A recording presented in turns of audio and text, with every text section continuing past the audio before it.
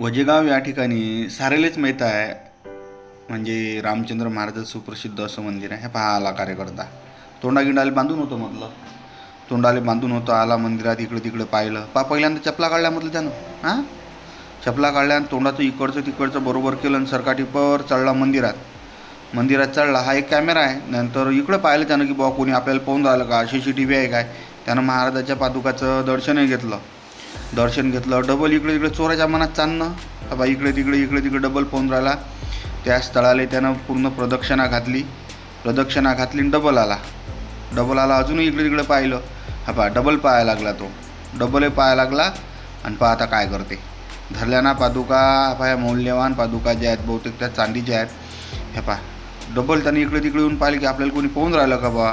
चोऱ्या मनात चालणं सारायलाच माहीत आहे. पहिले इकडे तिकडे अजून फिरला, तिकडे गेला, तिकडे जाऊन तिकडचे काहीतरी दर्शन घेतलं. मध्ये त्यानं तिकडचे दर्शन करून आला. डबल तो त्या गर्भगृहात आला आणि त्या ठिकाणचा आढावा घेऊन राहिला की बा रातच्या पोटात आपल्याला कोणी पाहून राहिलं काय.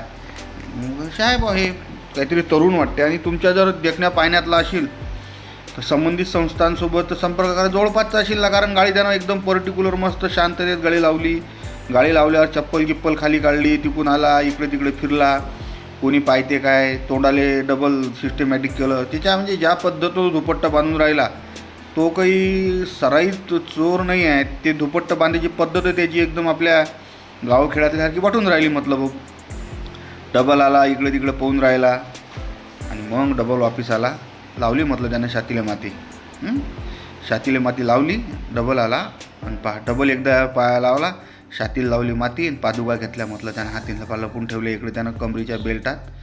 त्या ठिकाणून तो झाला गायब. अशा दोन्ही लपवल्या, निघाला. टरटर निघाला. काहीच वाटलं नाही राजीव काय बाजिंदा. चपला डबल घातल्या, सरकाटीवर निघून गेला. ह्या देहयष्टी याची चाल गेली म्हणून हा जर कोणी वैयक्तिक आवडत असेल तर संस्थानले माहिती द्या बा. कारण सुप्रसिद्ध असणाऱ्या या वजेगाव संस्थांच्या इथून त्यानं पादुका घेऊन गेला. पाहिजे ती गाडी आहे, गाडी कोणती आहे राजे, ते वैकून जरा क्लिअर असतं तर माहीत झालं असतं.